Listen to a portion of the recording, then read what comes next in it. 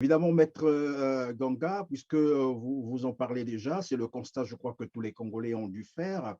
Désormais, nous avons sur ces listes des candidats d'ailleurs aux législatives prochaines, tous les enfants, les neveux, les nièces, les oncles de Denis Voilà. Sassou Nguesso. Nous avons les enfants de Pascal Tsatsima Biala, Isidore Vouba. Nous avons aussi ceux de Tister Chikaya, Pierre Moussa, tout ce monde. Il y a même je crois, la fille de Firmin Ayessa. Bon, bref, en fait, tous ces tenants de ce Eh oui. système ont placé leurs enfants comme candidats aux législatives. À Voilà. quoi va ressembler finalement le Congo, j'allais dire à court, moyen terme? C'est Mais, quoi? Où est-ce qu'on va finalement? mais mon cher Perrin, à bref délai, c'est ce que je suis en train de vous dire. Cette assemblée-là, ça sera le grand remplacement et nous devons donc opposer le grand rassemblement du peuple congolais depuis la Sangha, la Likwala, la cuvette ouest, la cuvette Plateau pour Bwenza Nyari, les Koumou, le Kouilou et Brazzaville pour bouter ces enfants des rejetons des criminels. Parce qu'il faut savoir, mon cher Perrin, et ces enfants doivent le savoir, nul ne doit tirer avantage ni profit des crimes de leur père. Nul ne doit tirer avantage des crimes de leur père. Ils seront redevables de ces crimes.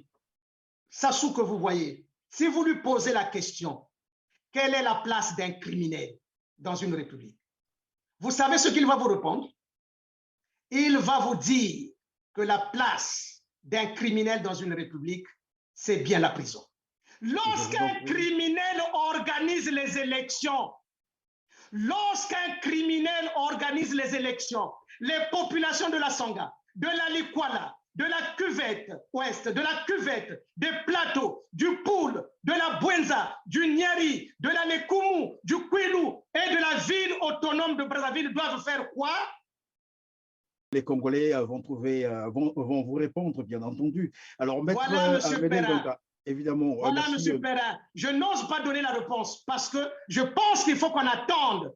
Quelle est la réponse qui va être donnée pour que nous tous nous soyons édifiés? Toutes les populations de toutes les régions, lorsqu'un criminel organise les élections, qu'est-ce qu'on doit faire? En sachant que la place d'un criminel, c'est la prison. Mais comment voulez-vous accepter qu'un criminel puisse organiser les élections pour les institutions de la République?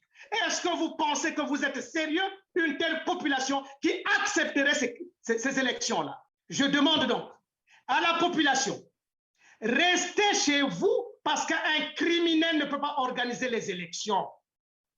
Votre déplacement donnera légitimité au crime comme norme.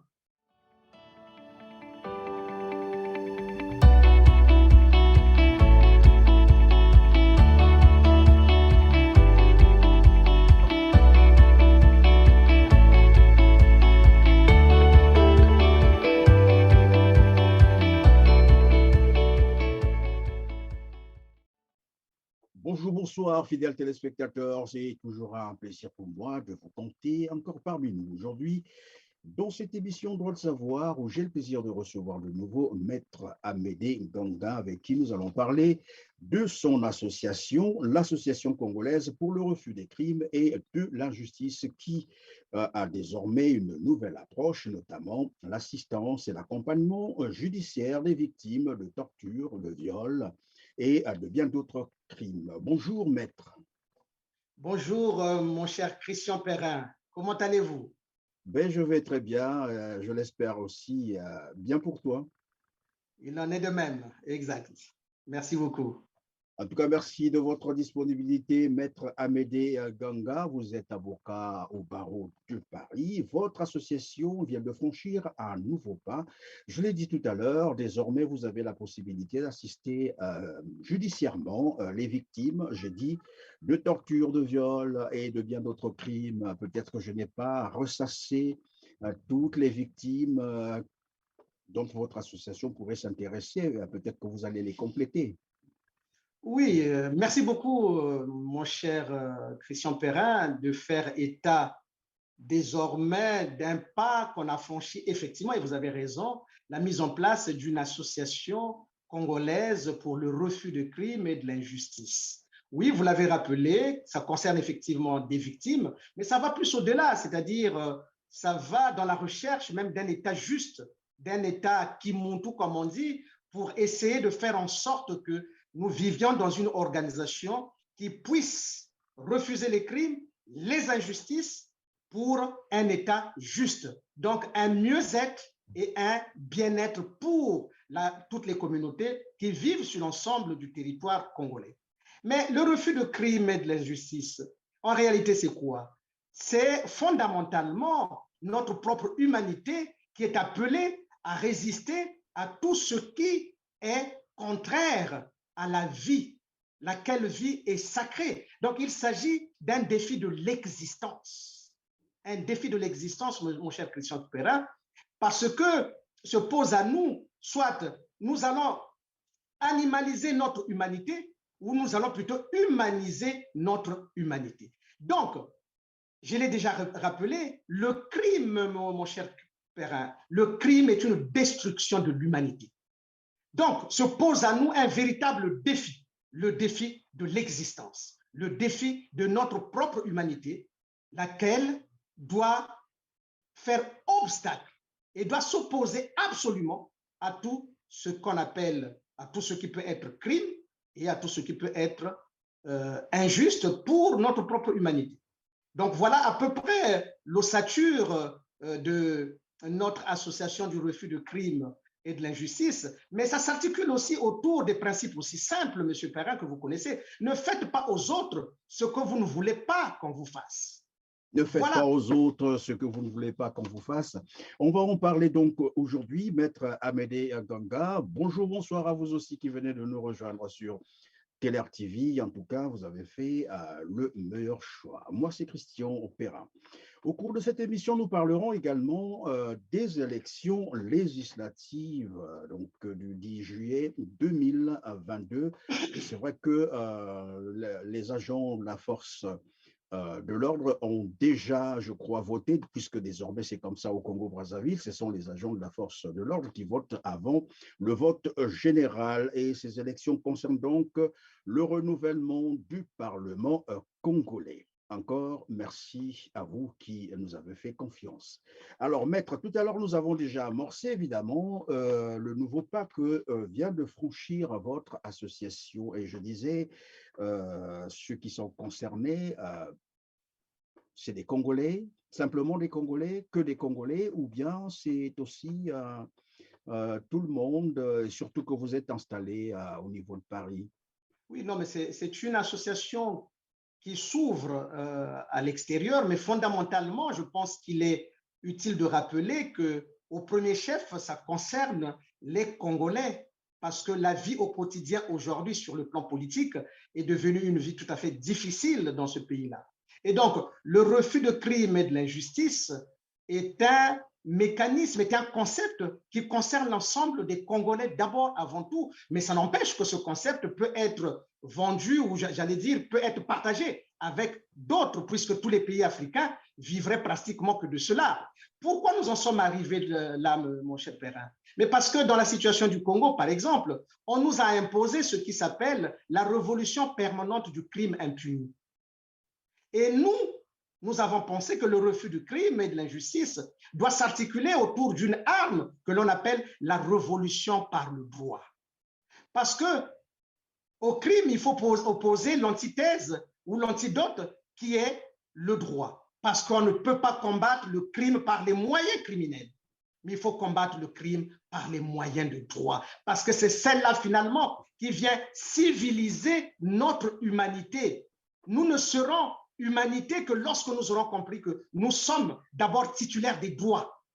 On ne nous donne pas ces droits, mais nous en sommes titulaires à la naissance. C'est des droits imprescriptibles, et notamment le droit à l'existence. Maître, vous parlez du Congo-Brazzaville. Cela veut dire qu'il y a eu un constat au départ. Est-ce qu'on peut en parler? Qu'est-ce qui vous a conduit à ce niveau exactement? Bien sûr, mon cher Christian Perrin, c'est un constat amer qui m'amène à considérer que d'abord, le refus de crime et de l'injustice est un concept, est un principe qui s'applique à l'ensemble des Congolais. Donc, il n'y a pas un refus de crime qui aurait tel diplôme, qui aurait telle qualité ou qui appartiendrait à telle partie du Congo plutôt qu'à telle autre, à telle partie du peuple plutôt qu'à telle autre. Le constat, mais il est amer, mon cher Christian Perrin, mais il s'agit des crimes qui ont été commis à ce jour, mais qui sont restés impunis. Voulez-vous que je vous les rappelle assez succinctement? Mais vous avez les crimes qui se sont passés, ne serait-ce que s'agissant de l'affaire Mariam Gwabi, pour lequel vous savez ce que j'en dis déjà. J'ai parlé amplement là-dessus et j'ai donné les explications qui font que l'affaire Mariam Gwabi, à ce jour, par exemple, il n'y a jamais eu d'enquête judiciaire. Pourtant, il y a eu des assassinats, il y a eu des morts et des faux procès même contre des innocents manipulés et mis en place par la personne actuelle qui est là, qui est en réalité le plus grand criminel que le Congo n'ait jamais eu, en la personne de M. Sassou. Et donc, je peux multiplier les exemples. On peut en multiplier. Vous voyez bien que ce monsieur, comme je l'ai dit, et je le répète encore devant vous, mon cher Christian Perrin, c'est que si le crime se métastase dans notre société, ça veut dire que l'organisme de la société n'arrive plus à injecter des anticorps afin que ce microbe appelé crime puisse sortir et faire en sorte que la société soit guérie. Et donc aujourd'hui, nous sommes face à cette situation où le crime a métastasé toute la société congolaise, donc l'organisme. Et donc, nous sommes obligés d'injecter des anticorps en la personne, j'allais dire de façon fictive, qui est le droit, donc l'outil nécessaire qui viendra protéger ce corps, c'est le droit. Et donc, il est important que l'on sache que la place du crime dans notre société mérite d'être interrogée. Et vous vous rappellerez, dans une de mes dernières interventions, j'ai interpellé toutes les régions. Quelle était la place qu'occupait le crime dans l'organisation sociale dans chaque communauté? Est-ce que doit-on faire du crime la norme? Auquel cas, il s'impose à nous et la société est périe. Et donc, le droit à l'existence ne vaut plus rien pour chaque individu, parce qu'il y a un individu ou un groupe d'individus qui s'accapare des institutions de la République et qui se donne le droit, j'allais dire, pour eux, légitime de tuer les autres. Donc, voilà un peu la question fondamentale qui se pose, mon cher Christian Perrin, c'est-à-dire, doit-on faire du crime la norme? Et en ce moment-là, si c'est cela, qui est obligé d'accepter le crime comme étant norme? Mais évidemment, Maître Amédée Ganga, c'est ce qui semble ressortir lorsqu'on observe la vie sociopolitique au Congo-Brazzaville, où on tue impunément, où les criminels d'ailleurs courent les rues tranquillement. Au Congo, les crimes, c'est aussi les crimes économiques où on peut dilapider 14 000 milliards, soit 28 milliards de dollars. Oui. Personne n'en est inquiété. On peut dilapider 5 500 milliards de francs CFA détenus par 6 dignitaires de ce pouvoir. Ils sont là, toujours au gouvernement, protégés par ce système. Vous avez dit les crimes, bon oui, vous avez cité les crimes, les assassinats et autres. Est-ce que les crimes économiques aussi seront pris en compte? Et aujourd'hui, on parle d'ailleurs de la vente, si ce n'est pas la vente, en fait, si ce n'est pas la concession des terres congolaises. Bien sûr, mon cher Perrin. Bien sûr, mon cher Perrin, on ne peut pas faire autrement que de faire des détournements publics, des deniers publics, comme étant le crime à l'excès. Vous l'avez rappelé, 14 000 milliards. 14 000 milliards ont disparu. Et la société… 7 ans, il faut rappeler que c'est équivalent à 7 ans de budget. Ben voilà. Et donc, la société se trouve aujourd'hui empêtrée dans des difficultés provoquées par quelques individus. Et rappelez-vous, ça me revient pour vous dire encore, comment est-il possible que le plus petit nombre puisse faire le plus grand mal au plus grand nombre? Et j'en ai donné la réponse, mon cher Perrin. C'est que le plus grand nombre est désorganisé alors que le plus petit nombre est organisé. Donc, il est temps de renverser la situation pour que le plus grand nombre s'organise et s'active à empêcher que le plus petit nombre l'emporte. Or, le plus grand nombre n'est rien d'autre que la norme. La norme doit s'imposer. Et cette norme, c'est la norme qui est la conscience juridique de tous les peuples, depuis la Likwala ou la Sangha jusqu'au Kwilu, en passant par toutes les régions que vous connaissez. Et donc, si le crime ne peut être la norme, la question qui se pose, c'est de savoir, mon cher Christian Kerr, quelle est la place d'un criminel dans une république? Elle est importante, cette question-là, pour que toutes les régions... Curieusement, au Congo, la place des criminels, c'est même à l'Assemblée nationale. Ben voilà. Ils sont au gouvernement, ils sont partout et non en prison. Qu'est-ce qui peut expliquer cela? Voilà, c'est la vraie réponse et c'est ce défi que se donne l'ACI, l'Association congolaise pour le refus de crimes et de l'injustice. La place d'un criminel, on a demandé à toutes les régions, la place d'un criminel ne peut pas être ailleurs que la prison. Parce qu'autrement, nous n'avons plus une société normée. Mais est-ce qu'il est possible que les uns puissent imposer les crimes aux autres et que les autres doivent accepter ces crimes-là? Oui, mais maître, est-ce que vous avez aujourd'hui un moyen pour faire pression à ces criminels afin qu'ils soient entendus devant les tribunaux? Mon cher Christian Perrin, le travail qu'on est en train de faire est un travail de conscientisation. Parce qu'aujourd'hui, tout le monde s'accorde à dire que la place d'un criminel ne peut pas être à la présidence de la République. Si toutes les régions, dans tous les rapports sociaux, tous s'accordent pour dire que dans les rapports sociaux, ce n'est pas le crime qui doit dominer, mais c'est la norme. Et donc, à partir de ce moment-là, mon cher Christian Perrin, il appartient au peuple de recouvrer sa souveraineté législative pour que, et je viendrai là-dessus puisque ça sera en partie notre réponse par rapport aux élections, pour que la norme s'impose. Or, il se trouve que même ceux qui sont là, Sassou que vous voyez, si vous lui posez la question, quelle est la place d'un criminel dans une république? Vous savez ce qu'il va vous répondre? Il va vous dire que la place d'un criminel dans une république, c'est bien la prison. Et pourquoi le dirait-il?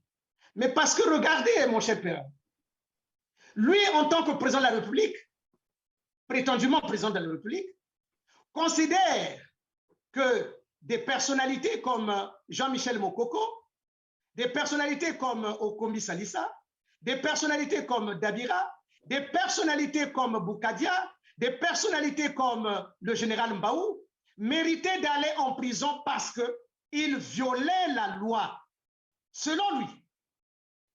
Ce qui veut dire donc, s'il est convenu que finalement, dans ce pays-là, lorsqu'on viole la loi, la place de celui qui a violé la loi, c'est la prison, ce qui voudrait dire que lui-même est bien conscient que finalement, la loi s'impose. Or, en utilisant la loi, M. Sassou s'accorde à reconnaître que toute violation d'une loi, toute infraction conduit à ce qu'on aille en prison. Mais regardez maintenant ce qui va se passer, mon cher Perrin. M. Sassou, lorsqu'il commet des actes à Owando, qu'est-ce qu'il a fait? Il a fui au Rwanda pour venir se cacher à Brazzaville. Vous parlez de quel acte comme ça? Est-ce qu'on peut nous rappeler de quoi s'agit-il exactement? Il s'agit des événements du 5 juin. Avant les événements du 5 juin, M. Sassou se retrouve à Rwanda où il y a eu un assassinat ou des assassinats. Et il a fui. Il sait bien que la loi interdit ça. Il a fui au Rwanda. Pourquoi a-t-il fui au Rwanda? C'était pour éviter qu'il soit arrêté. Donc, il sait pertinemment quelle est la valeur de la loi. Il fuit à Brazzaville. Et quand il fuit à Brazzaville, alors qu'on est sur le point de l'interpeller du fait de la violation de cette loi, voilà qu'il dit, on est venu m'attaquer. Et les populations du nord de Brazzaville prennent des armes inconsciemment pour aller défendre celui qui devait être interpellé. Et donc, ils ont fait obstruction à la justice. Est-ce que vous vous rendez compte, M. Perrin? Les populations du nord de Brazzaville ont pris des armes pour aller défendre celui qui devait être interpellé après avoir commis un forfait sur Owando. Donc, vous voyez comment Sassou se protège et il met en avant le peuple, la partie nord qui avait pris des armes, afin que cette partie-là prenne fait et cause pour lui et fasse donc obstruction à la justice. Mais vous savez ce qui va se passer après. Quand Sassou devra répondre, puisqu'il devra répondre de ça, vous savez ce qu'il dira? Que lui n'avait jamais demandé aux populations des quartiers du Nord de prendre les armes afin de le défendre. Et donc, du coup, les populations du Nord de Brazzaville se trouvent empêtrées dans des crimes qu'ils n'auraient pas pu commettre, ceci simplement en faveur d'un criminel comme Sassou. Et donc, au lieu que ça soit Sassou le criminel, ça devient la partie Nord qui a pris les armes contre les institutions de la République. Mais je vais encore aller plus loin, mon cher Perrin. Vous vous souviendrez que M. Sassou, à l'époque, avait dit une phrase. Je vais vous rappeler cette phrase-là. Qu'est-ce qu'il avait dit?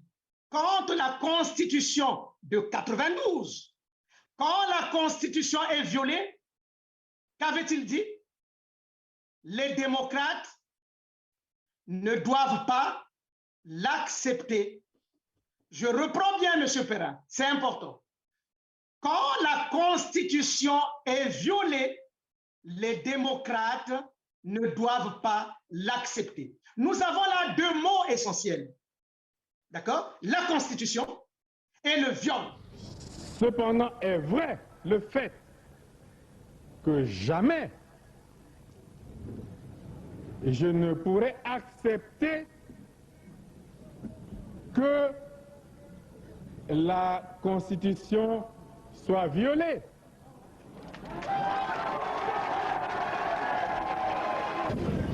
J'insiste pour dire que lorsque la Constitution est violée, les démocrates ne doivent pas l'accepter. Donc, M. Sassou sait que la loi mérite d'être respectée et lorsqu'elle n'est pas respectée, ça veut dire qu'elle est violée. Et si elle est violée, les démocrates ne doivent pas l'accepter. Et M. Perrin, excusez-moi d'être relativement bref là-dessus, mais en essayant d'égrener un certain nombre, en posant une question. Lorsque M. Sassou dit que lorsque la Constitution est violée, les démocrates ne doivent pas l'accepter. Essayons de poser la question dans chaque région. On dirait ceci. Lorsque la Constitution est violée, les démocrates et les populations de la Sangha ne doivent pas l'accepter. Lorsque la Constitution est violée, les démocrates et les populations de la Likwala ne doivent pas l'accepter. Lorsque la Constitution est violée, les démocrates et les populations de la cuvette ouest, de la cuvette, des plateaux, du Poul, de la Bwenza, du Nyari, de la Lekumu et du Kouilou ne doivent donc pas l'accepter. Monsieur Christian Perrin, c'est important que vous le sachiez. Il dit, lorsque la Constitution de 92 est violée, les démocrates et les populations de toutes les régions, Brazzaville y compris, ne doivent pas l'accepter. Mais alors la question qui revient, lorsque le président est un criminel, les démocrates et les populations de la Sangha doivent faire quoi?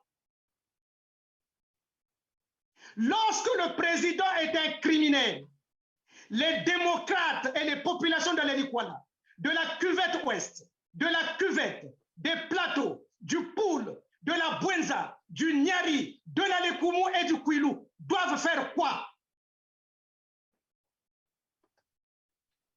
Monsieur Christian Perrin, dites-moi, les populations de la région autonome de Brazzaville, lorsque le président est un criminel, ils doivent faire quoi? Dites-le plutôt.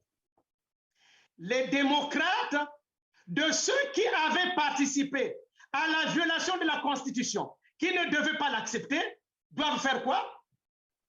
Eh bien, ils ne doivent pas non plus l'accepter. Lorsque le président est un criminel, les populations de la Sanga, de la Likwala, de la cuvette ouest, de la cuvette des plateaux, de la Bouenza, du Poul, du Nyari Laïkoumou et du Kouilou ne doivent pas l'accepter. Maintenant, les Koliné Makosso, qui est un démocrate de la première heure, lorsque la Constitution a été violée, on lui pose la question. Lorsque le président est un criminel, le démocrate qu'il est doit faire quoi? Voilà, Alors, M. Perrin, mais je débraye directement sur votre question. Je comprends que vous voulez la poser, mais je réponds déjà. Lorsqu'un criminel organise les élections, les populations de la Sanga, de la Likwala, de la cuvette ouest, de la cuvette des plateaux, du Poul, de la Bouenza, du Nyari, de la Lekoumou, du Kouilou et de la ville autonome de Brazzaville doivent faire quoi? Les Congolais vont vous répondre, bien entendu. Alors, Maître voilà, M. Perrin. Évidemment. Voilà, M. Perrin. Je n'ose pas donner la réponse parce que je pense qu'il faut qu'on attende. Quelle est la réponse qui va être donnée pour que nous tous nous soyons édifiés? Toutes les populations de toutes les régions, lorsqu'un criminel organise les élections, qu'est-ce qu'on doit faire? En sachant que la place d'un criminel, c'est la prison. Mais comment voulez-vous accepter qu'un criminel puisse organiser les élections pour les institutions de la République? Est-ce que vous pensez que vous êtes sérieux, une telle population qui accepterait ces élections-là? Voilà le rôle, mon cher Perrin, de l'Association congolaise du refus de crime et de l'injustice. Ils doivent refuser parce que le peuple n'est pas à la remorque du crime. Le peuple interdit, proscrit le crime.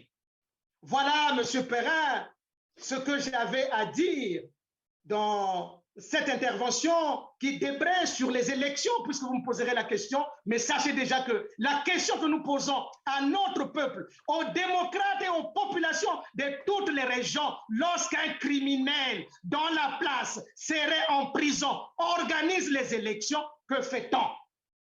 Mais je vais encore plus loin, puisque je pense que là aussi, vous attendiez de me poser la question. Il s'agit désormais du grand remplacement qui se posent au Congo. Ils savent désormais que leur vie ne tient plus à rien parce que l'Association congolaise du refus de crime et de l'injustice est venue débusquer tout ce qu'ils ont toujours fait jusque-là, en sachant que, mon cher Perrin, Maître Ganga dit, je connais ce Sassou-là, je le connais et je le connais bien, et il sait ce que je sais de lui. Donc, le peuple congolais doit savoir, déjà que j'ai fait, ou du moins avec Assi, nous venons de faire 80% de la victoire du peuple congolais sur ce régime-là, qu'on va déraciner dans les plus brefs délais. Si seulement cet appel est compris, ils sauront que oui, désormais, un criminel ne peut pas organiser les élections et qu'on ne peut pas accepter le grand remplacement qui est aujourd'hui la venue de tous ces enfants-là.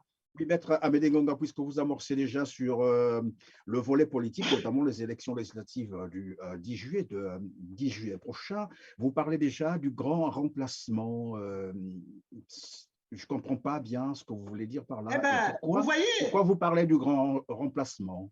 Ben écoutez, regardez la liste des noms de ceux qui viennent désormais demander les votes à nos populations, c'est-à-dire qu'ils vont se retrouver dans la liste de la chaîne alimentaire des crimes et de la médiocrité de Sassou, puisqu'ils sont quand même partants, il faut bien le savoir. Ils ont bientôt pour la plupart plus de 70 ans et ils sont en train de se faire remplacer par qui?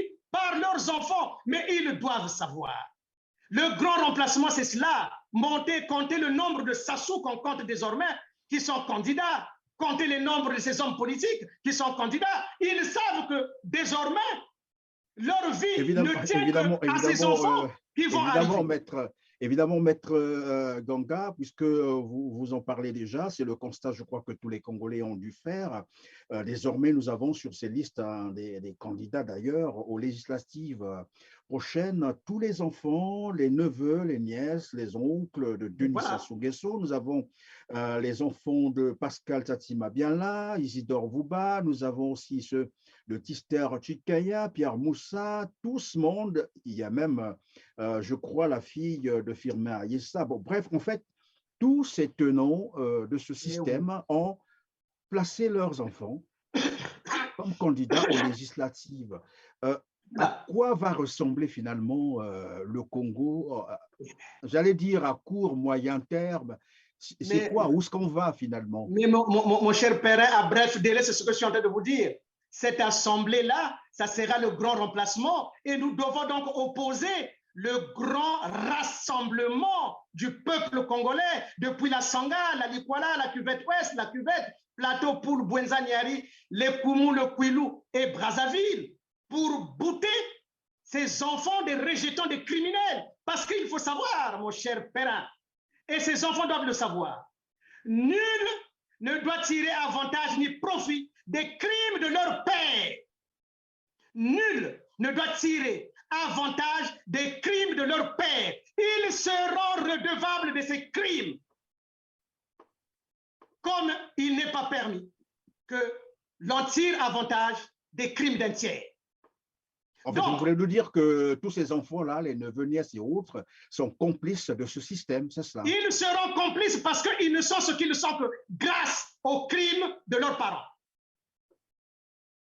Grâce et à cause des crimes de leurs parents. Il faut que ces enfants-là le sachent et que le peuple congolais, dans le grand rassemblement, doivent savoir que le grand remplacement n'aura pas lieu, quoi qu'il fasse, parce que nul ne doit tirer avantage des crimes de leur père.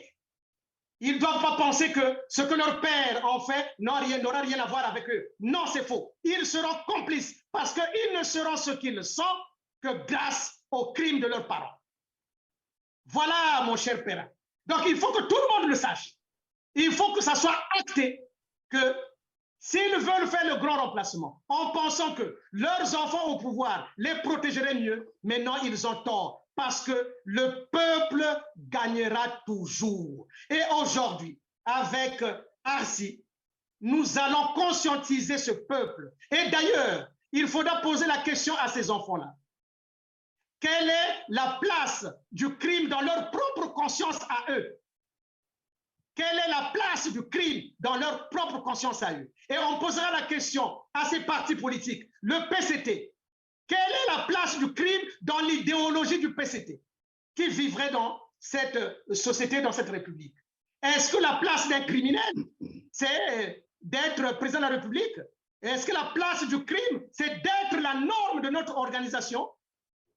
Et donc, oui, Maître Abédé Goga, et évidemment, il y a aussi un autre aspect qu'on peut évoquer sur ces élections législatives de juillet prochain, c'est qu'il y a parmi ces candidats, évidemment, comme vous l'avez dit tout à l'heure, les enfants des anciens politiques qui ont été assassinés par, évidemment, le gourou, j'allais dire, de ce système. Et est-ce qu'on peut parler d'une forme de récompense qu'ils tentent un peu de faire à ces enfants-là? Parce qu'on ne peut pas comprendre que ces enfants qui ont perdu leurs parents dans des circonstances tout à fait qui ne sont toujours pas élucidées aujourd'hui, on parlerait de crimes d'ailleurs, et tout d'un coup, tout ce monde devient candidat et veut être député quelque part comme en compensation. C'est ce que je vais, vous avez raison de le dire, mais on va appuyer ça parce que c'est très grave ce qui se passe. Il faudrait que je le redise et je le redise encore amplement. Les populations des plateaux, les Téké du plateau, Sassou a tué Marien Ngouabi et il a imputé ce crime-là au Batéké. Qu'ils coopèrent aujourd'hui avec Sassou, c'est leur problème. Mais je leur dis que l'assassinat de Marien Ngouabi leur est imputable. Alors que Ansou a été assassiné, Nsourou, le colonel Nsourou a été assassiné par la même personne. Donc, dites-moi au plateau, les Téké. Donc, les crimes de Sassou sur les ressortissants Téké ne vous pose aucun problème. Tout ce qui vous intéresse, c'est le pouvoir. Donc, le pouvoir dilue votre capacité de l'être humain qui doit ne pas accepter les crimes, simplement parce qu'il s'agit du pouvoir. Les populations Kouyou, Sassou a tué Marie Ngouadi. Il vous a fait faire l'assassinat des Bakongo de Boko pour que vous n'ayez plus à avoir des relations avec eux et que l'on considère que vous êtes des criminels. Et vous allez continuer à adhérer à la politique de M. Sassou au seul motif que le pouvoir doit rester au nord. Et parce que ce pouvoir n'est rien d'autre qu'un pouvoir criminel. Donc votre conscience et votre culture vous amènent à accepter le crime au seul motif qu'il faut que le pouvoir reste au nord. Les autres Mboshi de la cuvette, les Mboshi, est-ce que la valeur la plus élevée chez vous, c'est le crime au point de protéger le plus grand criminel de la tribu Mboshi qui est Sassou, au seul motif que le pouvoir doit rester chez vous? Et ceux du Poul, en particulier à Boko, M. Sassou a fait disparaître le corps de l'ancien président. Ce monsieur a fait disparaître 300 et quelques personnes, tous revenus du Poul. Et vous alliez à ce criminel qui a tué un cardinal. Et ceux de Kinkala, vous allez vous mettre à aller aux élections avec un criminel. Et la Bouenza, avez-vous oublié Kimwalankaya? A-t-on oublié Kikadidi? Et ceux de Makwa? Aujourd'hui, le général Mokoko croupit en prison pour n'avoir rien fait. Et parce que le pouvoir doit être au nord, vous acceptez que votre culture considère que le crime doit être la norme, alors que nous pouvons créer un autre État, un État juste, où il n'y aura plus d'injustice, aussi bien à l'égard de X ou d'Y, ou selon une appartenance géographique donnée. Pourquoi on ne se donnerait pas les forces d'aller tous ensemble vers un État juste et qu'on immobilise ce criminel? Qu'est-ce qui fait défaut? Et vous voulez aller vers des élections organisées par ce criminel qui a tué, qui a je dirais, entre ses mains, plus d'1 million de personnes tuées. Plus d'1 million de personnes tuées. Et vous acceptez ça? Plus d'1 million de personnes tuées. On oublie Motondo, on oublie Adoua, alors que toutes ces personnes-là ont été l'objet du plan B après le procès des disparus du Beach. Parce qu'il fallait à tout prix les tuer un à un, jusqu'à l'assassinat du colonel Nsuru. Mais non, peuple congolais, non. Il est temps de dire non, et je vous assure, comme je vous l'ai dit tout à l'heure, nous avons déjà 80% de la victoire sur ce régime. La preuve, M. Perrin, que M. Sassou sorte, qu'il vienne affronter Maître Nganga. Ou bien ceux qui sont dans la logique de la chaîne alimentaire du crime avec Sassou, qu'ils viennent affronter Maître Ganga en disant que Maître Ganga ment. Et peuple congolais, je vous tiens témoin. Si ces gens-là ne sont pas capables de venir m'affronter, c'est parce que je connais tout le système de Sassou. Et donc, il s'agit là déjà de 80% de notre victoire sur ce système que je dynamitais depuis longtemps. Avec l'association congolaise du refus des crimes et des injustices. Refus de crimes et des injustices aussi bien dans la Sanga, dans la Likwala, dans la cuvette ouest, dans la cuvette, dans les plateaux, dans la Bouenza, dans le Poul, dans le Kouilou, dans Brazzaville, l'Alekumu. Refuser le crime et refuser les injustices. On ne peut pas permettre à un seul individu d'imposer sa volonté criminelle au Congo. Voilà, M. Perrin, ce que j'avais à dire et que les populations ne peuvent pas accepter que les élections soient organisées par un minable criminel, un rejeton nazi. C'est impossible. Mais qu'on ne dise pas un jour qu'au Congo, personne n'avait jamais parlé. Maître Ganga a parlé aussi bien au Congo qu'à l'extérieur. J'ai déposé une plainte contre ce criminel et tout le monde le sait. Je demande donc à la population, restez chez vous parce qu'un criminel ne peut pas organiser les élections. Votre déplacement donnera légitimité au crime comme norme. Et donc, peuple congolais, vous avez la force publique à mettre devant ce défi de l'humanité. En restant chez vous, vous demandez à votre force publique d'aller arrêter ce criminel qui ne doit pas organiser les élections afin que vienne au Congo une nouvelle classe de gens bien éduqués, vertueux, qui vont respecter la loi. Et comme je l'ai dit, le Congo mérite d'être dirigé par les personnes aux pensées les plus élevées et les plus vertueuses, et non par les personnes aux instincts bassement grégaires et criminels. Maître Amédée Ganga, on va donc atterrir. Nous sommes arrivés à la fin de notre émission. Merci d'avoir été avec nous. Mais j'ai une toute dernière question à vous poser, puisqu'on parle maintenant de, disons, d'une avancée au niveau de votre association. Je disais, désormais, vous allez assister donc les victimes, vous allez les accompagner. En faisant quoi exactement? En portant plainte? Et comment est-ce que ces victimes pourront vous contacter exactement? Y a-t-il un site internet?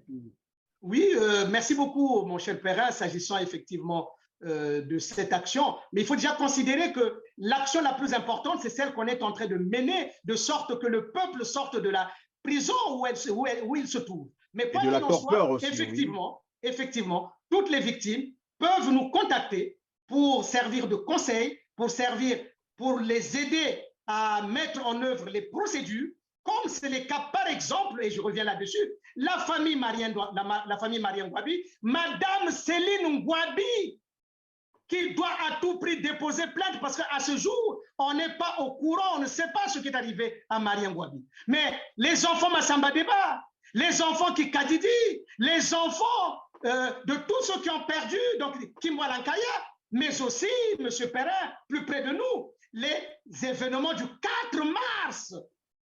Les événements du 4 mars qui doivent, eux aussi, toutes ces victimes doivent déposer plainte. Et comme je l'ai dit, si vous ne déposez pas plainte, tout se passe comme si rien ne s'était passé. Et c'est à partir de là que M. Sassou arrive à vous avoir, parce que se cachant derrière la loi, il vous donne l'impression que la loi qui est appliquée, c'est la loi du peuple, alors qu'il a perverti la loi du peuple à son propre intérêt, d'où la mise en place des commissions d'enquête qui vous donnent l'impression que les procédures sont régulières alors qu'elles ne sont pas régulières.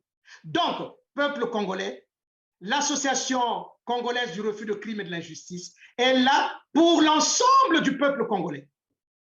Les injustices qui résulteraient par exemple du détournement de 14 000 milliards, savez-vous qu'il y a des gens qui ont fait des concours, qui ont été admis à des concours, mais qui n'ont jamais été recrutés jusque-là, alors que les 14 000 milliards auraient permis de recruter ces gens-là, alors que l'État a ouvert des postes. Et ces gens-là sont admis et ils n'ont rien. Il y en a qui, ça fait 5, 10, 15 ans, ils n'ont jamais été recrutés, alors qu'ils ont satisfait à leur concours. Donc, vous voyez, mon cher Perrin, que le terrain est immense et que le peuple doit nous aider afin que nous les aidons. Le peuple doit nous aider à l'aider parce que sinon, c'est le crime et l'arbitraire qui va l'emporter. Mais non, le crime ne doit pas être une norme. Voilà, M. Perrin. Évidemment, donc, dans la liste des crimes, on va aussi inscrire le maquis d'Ikonongo et ce qui s'est passé dans le pool dans les années 2016-2018. La famille Anga mérite de déposer plainte, effectivement. Ben, naturellement. Voilà, et donc ça pourra relancer aussi l'affaire du beach et ce qui s'est passé dans le pool en 2016-2018. Bon, on a parlé finalement de génocide, mais bref, en fait, toutes ces victimes ont désormais une voix, s'il faut le dire, quelqu'un qui pourrait donc prendre chaque accompagner et assister à les victimes. En tout cas, merci à Maître Amédée Ganga. C'est par là que nous mettons donc un terme.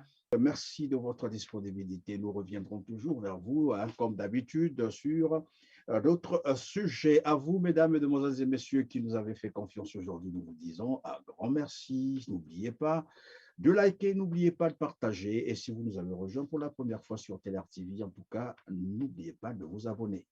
On se dit Merci beaucoup. Merci, au mon cher revoir et père. à très Merci bientôt. beaucoup. Merci.